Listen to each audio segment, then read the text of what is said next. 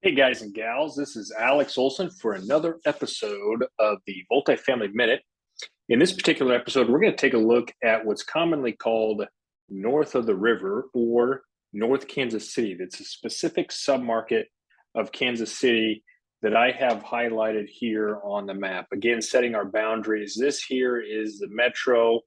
As a matter of fact, I can pull up the metro overview, and this here is the metro. So you can see the yellow in this particular instance is class B, the blue is class C, and the green is class A. So this is the entire metro.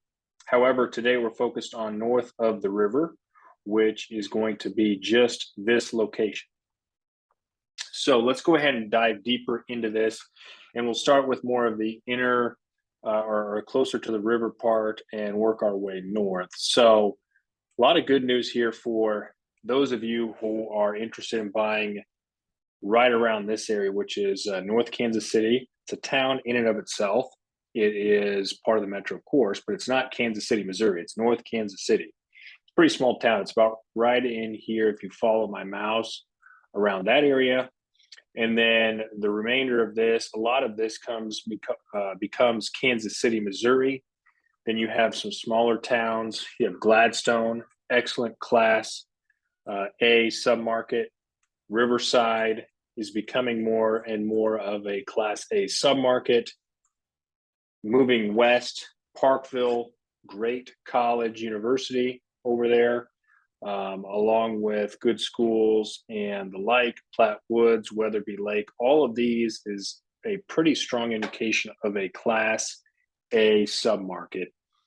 There are a lot of people that live in this area, and it's basically one of the fastest growing populations of Kansas City metro. There are a lot of new construction apartment complexes in this area. There's some older ones as well. We actually have a couple on our list in the Parkville area. I've sold in Gladstone. I have one available off market in Gladstone. But for this particular conversation, this is all Class A here in this green area. As we move over here to the east, we have Worlds of Fun area, Claycomo, Pleasant Valley. Worlds of Fun is a regional theme park, quite large in nature. A lot of visitors from all over the region come here, from all over the country come here. It is like a Six Flags, but not part of the Six Flags brand, at least not yet. So what makes it a Class C submarket? This is a very industrial part of the city. Claycomo here, which is where the Ford Motor Company plant is, has a lot of employees. But this particular part of the metro has always been a Class C submarket. It's just lower income, but paid well by Ford Motor Company. We've got more industrial park over here in Birmingham, all along the river. This is just a solid Class C. It's not like oh my gosh, this is failing Class C submarket. So the main difference here is that rents are quite a bit lower than over here in the green areas. But there's a lot of opportunity to buy in this area, and because it's north of the river, because it's in this particular place, it's in Clay County. This is north of the river. Here is actually two specific counties.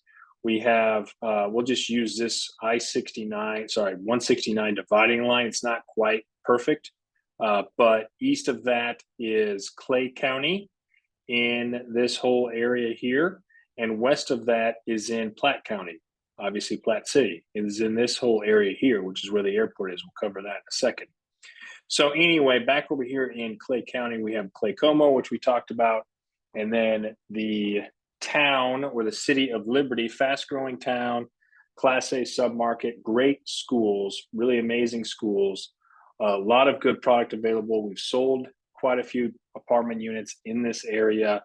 Rents continue to drive further.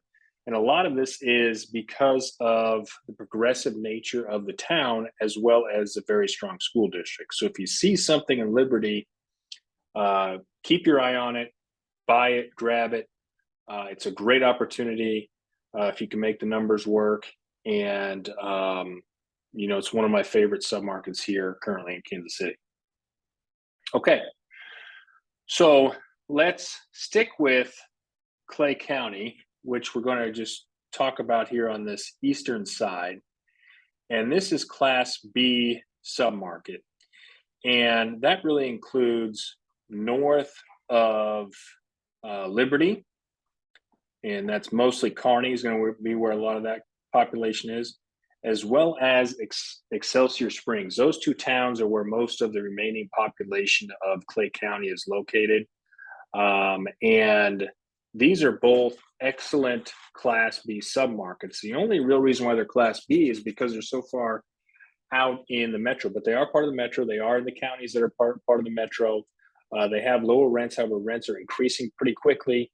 Excelsior Springs in particular is being driven a lot by industrial market. There's some industrial properties going in here in between Liberty and Excelsior Springs that's bringing a lot of growth from a blue collar standpoint into Excelsior Springs. Excelsior Springs is also a quaint little town that has a regional draw due to some hotels, a cute downtown, all that kind of stuff. A lot of people from the metro will head up here for a weekend getaway in a fun little town. And really, to be honest with you, there's only a select few amount of multifamily properties, and they're excellent opportunities. Kearney is going to be driven by I-35 corridor here heading up to Des Moines, and it being part of the metro. Again, progressive town here. They've done a lot recently to grow everything along I-35.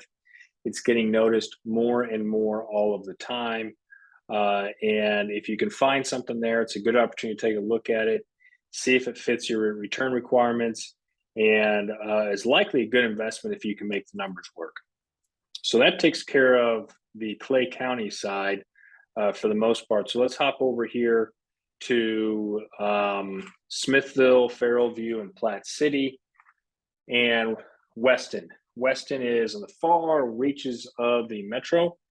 However, it has a lot of wineries and one of the oldest distilling companies. So one of the oldest spirit distilling companies. Anyway, it's a regional draw up there with all the wineries, etc., similar to Excelsior Springs, except for it's on the Missouri River and is kind of a fun little town. Platte City is going to be fueled by the airport and all of the industrial activity around the airport, from the construction of the new airport to the intermodals to data warehousing to just warehousing in general. The airport fuels a lot of these towns: Platte City, Farrellview, Smithville to a degree. So Class B, maybe some Class A in here, maybe some Class C in there, but definitely worth a look as the airport continues to explode in freight tonnage, meaning freight that is being shipped in and out of the area via airfare, UPS, FedEx, any kind of air carrier, not just passenger traffic.